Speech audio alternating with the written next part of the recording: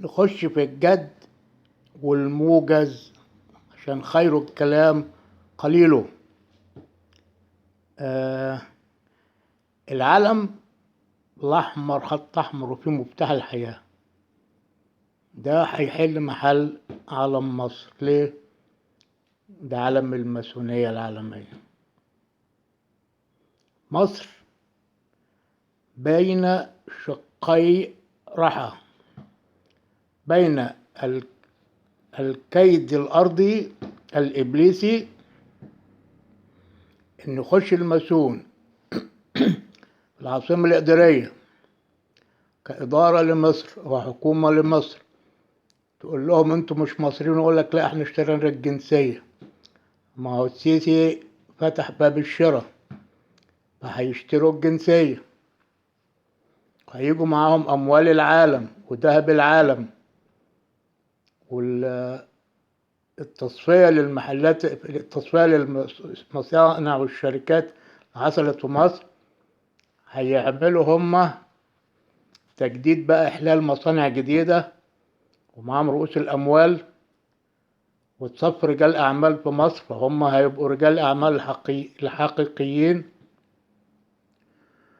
وهيبتدوا الناس في جوع وفي عطش وفي يعني حالة ترثى لها، عايزين ياكلوا عايزين يشربوا، هيشتغلوا بقى. يقول لهم فتح الوظائف، يلا فتح الوظائف، كله هيشتغل في الوظائف بفلوس. ما انتوا معكيش فلوس، ما بتنتجوش، وصلتوا لعدم الانتاج،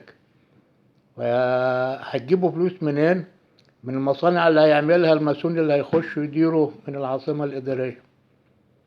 وتبقى مصر عبارة عن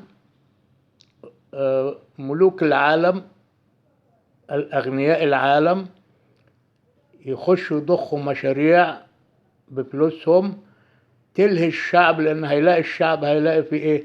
مرتبات، وهيبتدي الحياة تتحسن، وهيبتدي مش عارف الحركة تمشي والدنيا تبقى يبقى خلاص هينسوا بقى إيه؟ لقمة العيش اللي كانت ناشفة هتبقى طرية، فهينسوا كل حاجة خلاص. مش مهم بقى مين صاحب الشركات، يهودي صهيوني، مش فارقة مع الشعب. خدت بالكم؟ ده اتجاه، ده كيد الأرض. أما بقى كيد السماء، والله خير الكيادين، والله خير يعني خير من يكيد الله سبحانه وتعالى. هيعمل ايه بقى؟ الناحية التانية بقى ظهور المهدي المنتظر. لا يكون، لأن الماسونية دي هيبقى قمة الظلم والسخرية، ولكن أنت مجبر عليها. أنت بقيت وشك ظهرك للحيط وبقك مفتوح مش لاقي تاكل. هتخش الماسونية بمشاريعها، واخدين بالكم؟ خلاص أنت سلمت أمرك ليهم. لكن لما يخش بقى المهدي المنتظر ويطلع ويظهر، هو ده بقى السلاح اللي ايه؟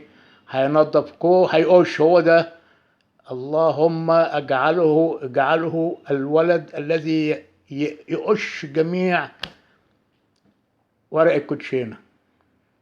هو ده الموجز. احنا في انتظار بقى ايه؟ اللعب بين قوة السماء وقوة الارض. ان شاء الله قوة السماء تأتي في موسم الحج، ولا تتعجل، لان هم برضو بيسبقوا عايزين يجوا في 2014 يعملوا العملية دي 2024. وموسم الحج ده يبقى في 23 هيقفل عليهم الباب. بقول لك خير الكلام ما قل ودل. اصحوا وانتبهوا، خليكم في معسكر الإيمان، انضموا للمهدي المنتظر. السلام عليكم.